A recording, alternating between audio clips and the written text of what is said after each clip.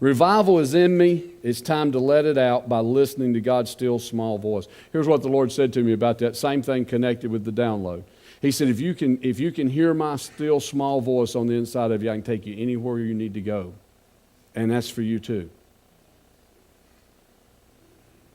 Because God's still speaking supernaturally, and I have no time for people that say He's not. Because you're going to have to wake me up. How do you know it's God speaking to you? Because it works.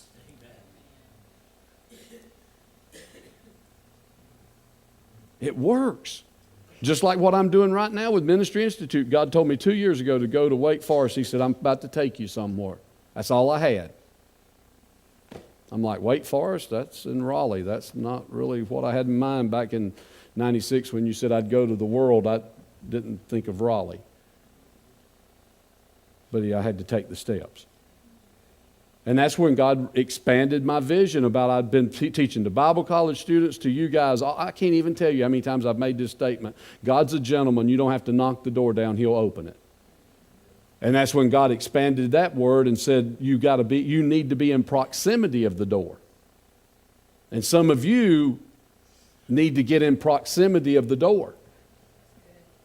What's the proximity of the door? What's God asking you to do? Maybe God told you need to be in a certain ministry, and you're like, yeah, that requires too much. I can do all things through Christ, but that.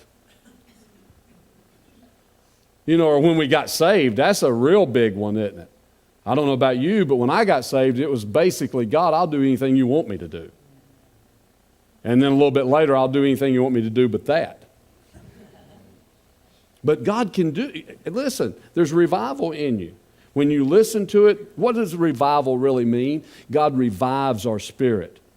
This is why there's nothing better than being in the perfect will of God. Why? Because you're constantly being revived.